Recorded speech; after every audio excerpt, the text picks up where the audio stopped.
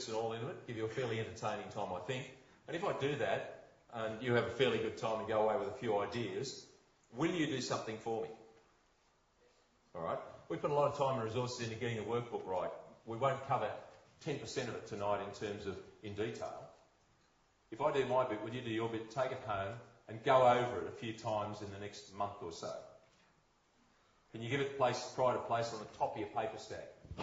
So that when Michael comes out to see you, he'll be able to say, where's the workbook? And I don't want you to be embarrassed as you try and find it. You say, it's sitting there. Okay? So would you go through the material? Because what will happen, I'll throw a whole bunch of stuff out in the next 2.5 hours or so. Some will stick, some won't. But if you go back and read it, it'll put some depth and colour and shape into it. And then you'll start to really mine the value out of spending your time here. So if I do my bit, will you do yours? Is that fair?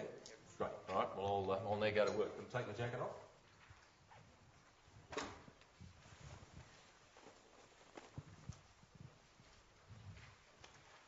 When you look at business, slicing it up in any artificial way at all is going to have some shortcomings, but hopefully it's got some benefits as well. So what we're going to look at is if you slice business growth up into 5 stages and then look at about 7 or 8 characteristics at each point and you watch how they change, maybe it'll give you some insights as to where you've been, where you are now, and what to expect next. And, with a bit of luck, you'll get some insights into maybe what changes some of that and how you might get some control of some of the circumstances. Stage 1, startup. You've all been there unless someone bought into a running company. Generally speaking, in a startup phase, the owner is a Jill of all trades and the sole source of expertise. So one man or one girl band or a couple of people, and they're the only ones that know what they're doing in it.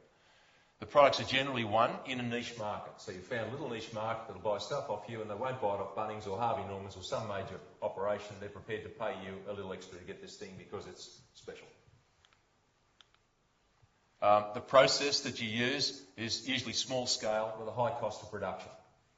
One of my very good clients is a saddler out in the west of Queensland. He's no ordinary saddler, by the way. But one of his sidelines, and quite a lucrative one, is he makes leather protective cases for mining equipment for the mines. So they'll bring an instrument worth $25,000 into him, and they'll say, make us a cover. The input jacks go there, I've got to be able to lift it up and read the meter here, the battery gets changed over there, so make a flap for that, etc. And my fellow will sit down and design the pattern for that, and then he'll cut the leather out, and then he'll go and sit at the same machine and he'll make it up. Now, does he charge $22 an hour to do that, or what? Oh, no. Where else are they going to buy one of these cases? Right, so he charges quite a substantial amount for his time. He might charge $700 or $800 or over $1,000 for the case, and it might take him 7 or 8 hours to make it. So he works a reasonable return on his time as far as he's concerned. So what he's doing is he has a high cost of production, but very small scale. If you were advising him, what would you suggest he do if he wanted to increase the volume of his production? Take advantage of that pattern he's just made to make another one. What would he have to know? Yep. Who else has bought that machine? Okay, and who would know that? Okay, so contacting the manufacturer might lead you to other sales. Okay, but at this point, if you're making a one-off, you haven't got a lot of economy of scale, and obviously your costs are high. The systems, there's no formal budgeting systems in place in a startup business usually. The long-term planning is usually secondary to short-term survival. Okay, so any great plans you had, go by the board as you go out and scrabble for the next deal. A few nods there, so I presume you remember that bit. And decisions, generally the owner and director are the one person. And the focus at this stage is finding customers and cash and just surviving. Is that right? Who remembers this stuff? Who's been there? Okay. Who's got the scars still? Right, good. And capital is generally the owner's cash and equity. And there's also long hours and low wages in there as well. Is that right? Okay. Why is long hours and low wages in under capital? How's that work? Okay, so instead of buying it, what are you doing? Oh, you produce it. Doing it yourself. Okay, so it's a substitute for money, isn't it? Okay. How many people here are underpaid by their business? Yeah, okay. There's honest ones are on this side, those over there are not so forthcoming. We'll test that one again. How many people aren't paying themselves as much as they would have to pay another person to come in and do their job? Yeah, okay. And the risk at this stage, the threat is really a lack of all resources. Would that be right? Now what we want to look at is the other four stages, looking at the owner, the products, the processes, the systems, the decisions, the focus, the capital and the threat. Okay?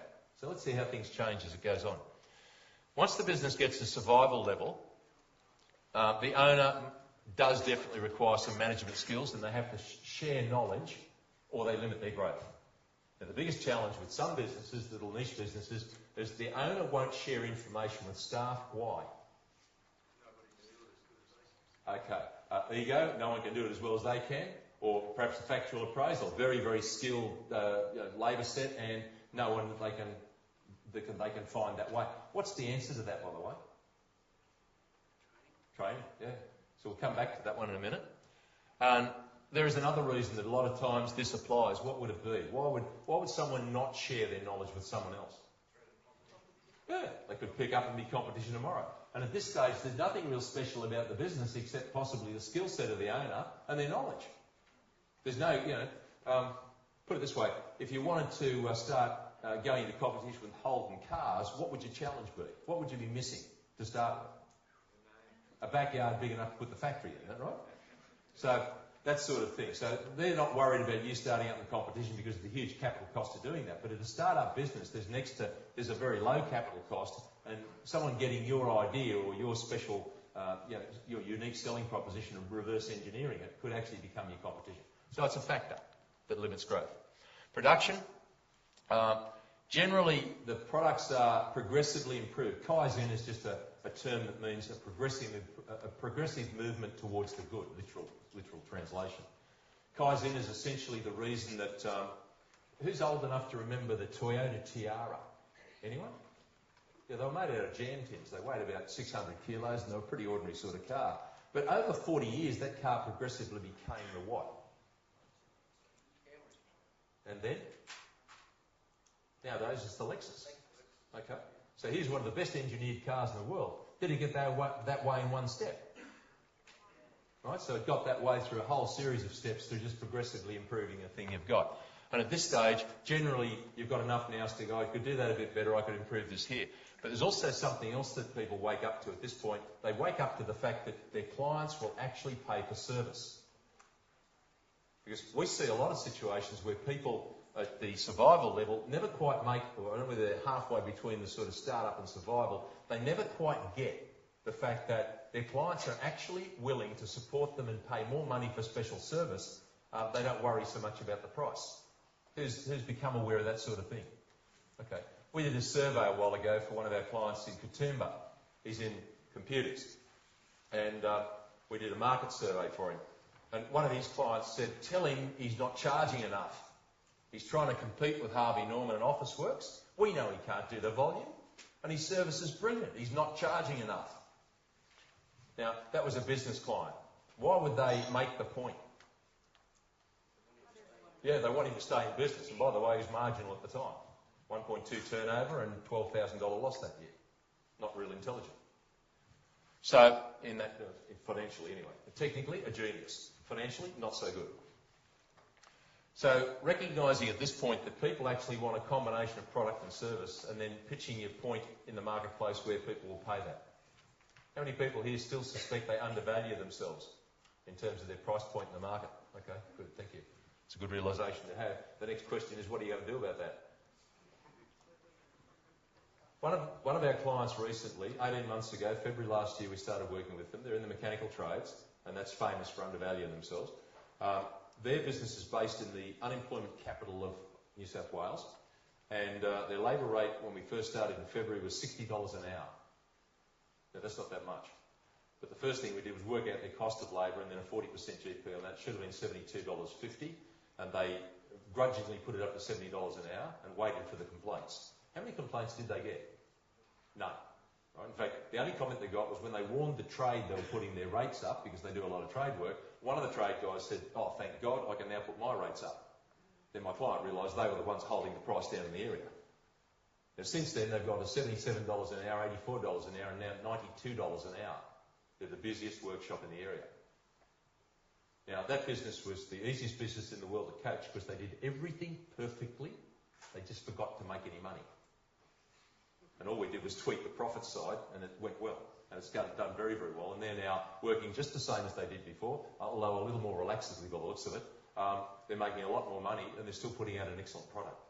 And clients are happy, and they're obviously beating a path to their door.